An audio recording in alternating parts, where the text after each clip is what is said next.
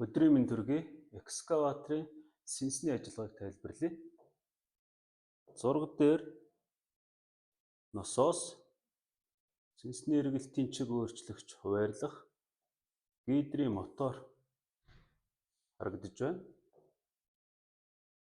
Бид гидрийн схем рүү энэ холбоосоор орчих нь зөвхөн сэнсний хэсгийн гидрийн схемийг энэ дэлгэцэн дээр гаргаад ирлээ. Эд анги чеклээ.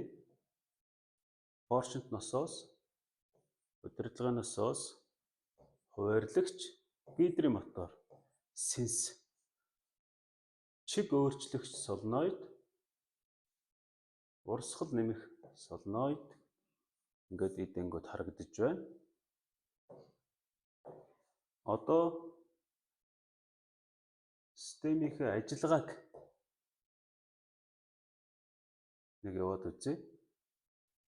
За бид гидрийн банкнаас сорох хоолой хүртэлх шугамыг энд үзүүлж байна. За хөдөлгүүр эргэлт өгнө. Гидрийн носоос эргэлтэнд орно. Носоос шингэний урсгалыг бий болгоно. Гидрийн моторн дээр урсгал ирнэ. Энэ үед бидний сэнсний эргэлт бий болно.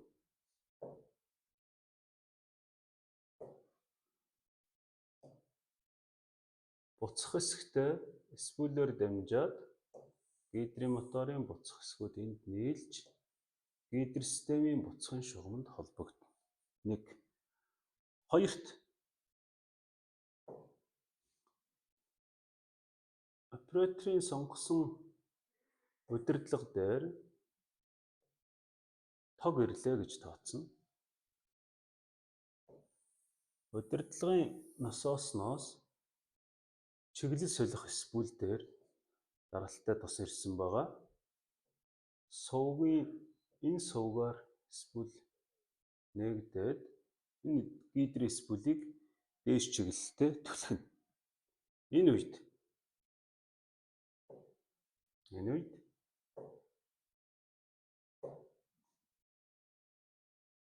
спул дээр ирэх досны чиглэл энэ сувгаар гүйж сэнсний мотор руу энэ чиглэлд явна. Энэ адилхан энэ чиглэлд. Ингэж эргэлтийн чиг солигддог. 3 дугаарт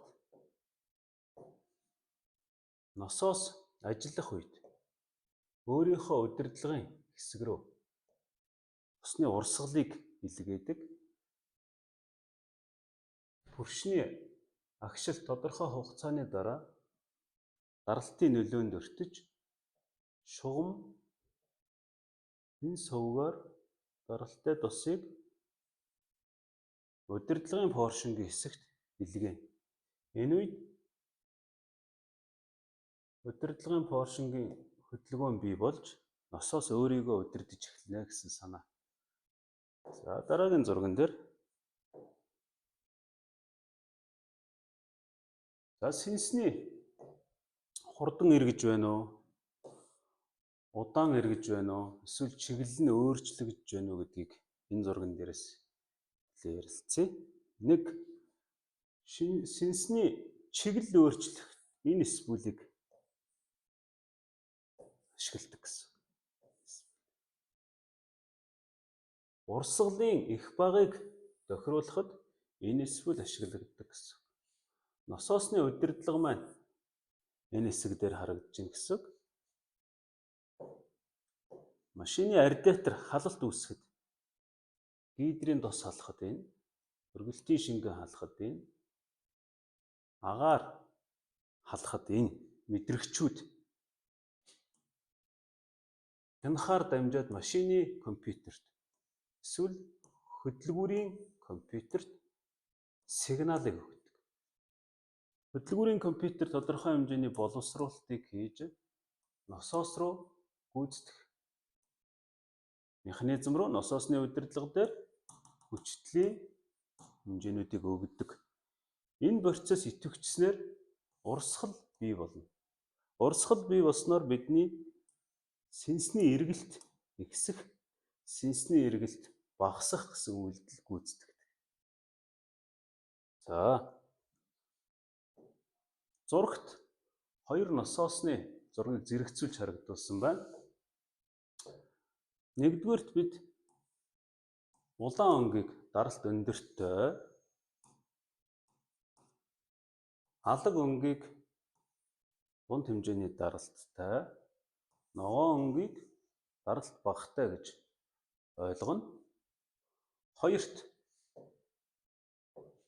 насосны эргэлт бий болсноор банкнаас шингэнийг энэ поршингоор сорох нөхцөл үүсдэг. Буюу хавтан ийм хөдөлгөөнд өртдгөө гэсэн. Энэ хавтантай харьцуулж харна. За, эсрэг талд орших поршин маань шахалт хийх урсгал бий болоод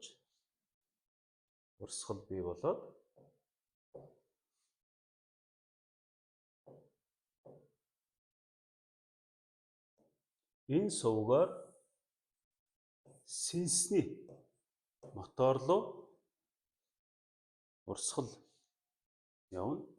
Хоёр дахь хувилбар нь энэ шугамаар насосны удирдах поршинд тосгорж ирнэ. Гурав дахь хэсэг нь насосны удирдлагын хэсэг рүү тос очиж буцах шугамаар банк руу ивэлнэ. Ийм замтай. Мөн поршингийн нөгөө хэсэгт байрлах удирдлагын хэсгийн поршингийн нэг хэсэгт байрлах тос маань бас банк руу буцах шугамаар дамжин илгээгддэг.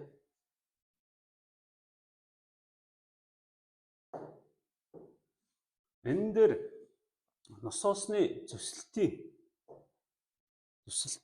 одоо схемтэй харьцуулсан байдлаар харуулж байна. Бид энэ дээр насосыг удирдах байгаа солноид энэ хэд анги шүү гэдгийг харах ёстой.